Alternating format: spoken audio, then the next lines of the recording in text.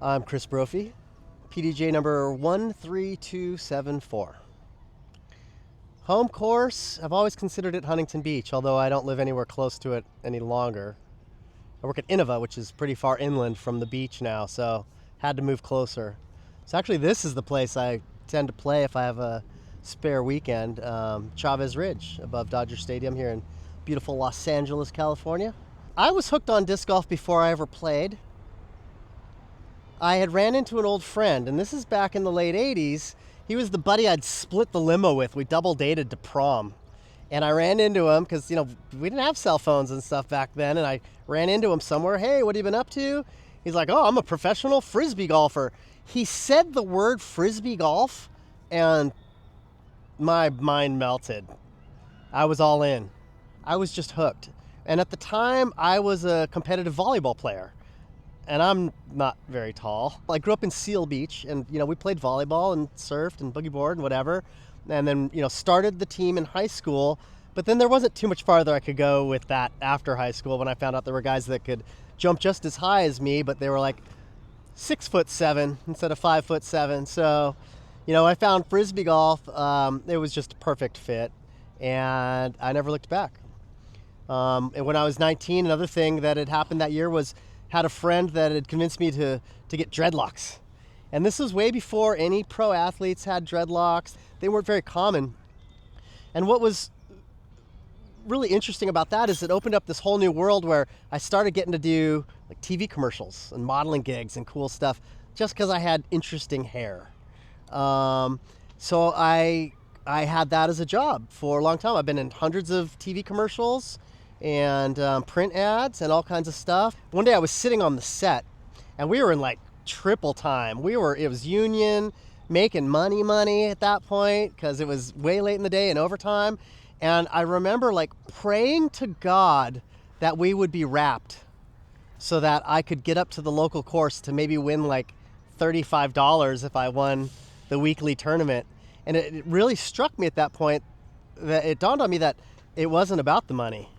That, I was making that every few minutes probably sitting on set. And if it was really about the money, I could have stayed on set. But, the opportunity to get up and play disc golf, those dollars just tasted different. I think I'm one of the few people that, with a claim to fame, to have beaten Ken Climo and Paul Macbeth. One day I found myself warming up for a weekly disc golf tournament in Whittier with the owner of Innova, Dave Dunapace. It was a great competitive disc golfer. And he'd seen me on TV doing a TV commercial or something, and he asked me about it, and I told him, I'm just doing that for some side cash to help me play disc golf. Disc golf is what I'm passionate about. And he said, oh yeah, well, why don't you come work for me? And I'm like, oh hell yeah.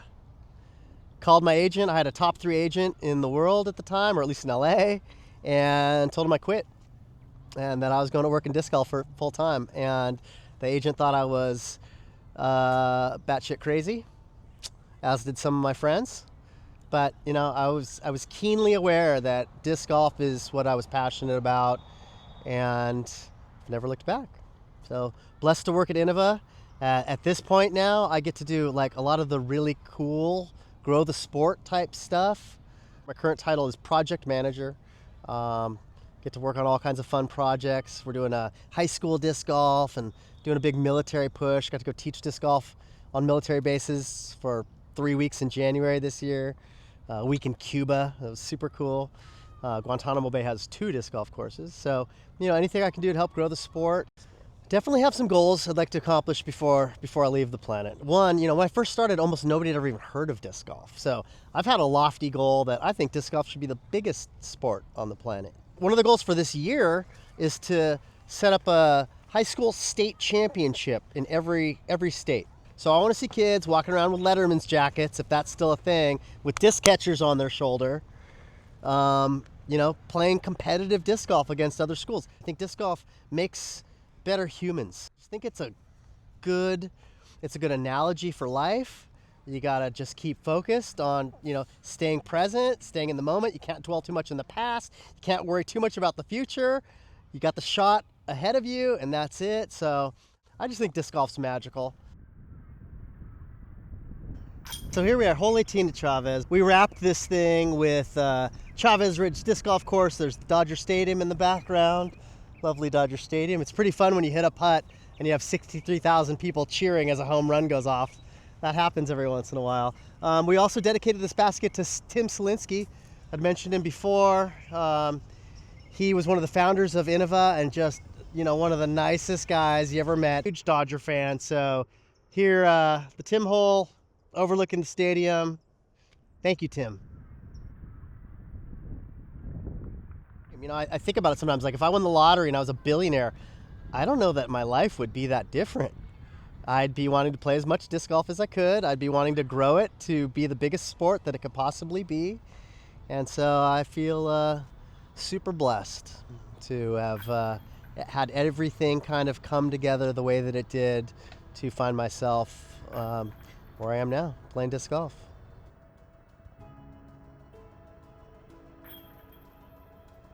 Some people may have heard me say it before, but I'm going to say it again. I'm not saying that disc golf's going to save the world, but disc golf's going to save the world.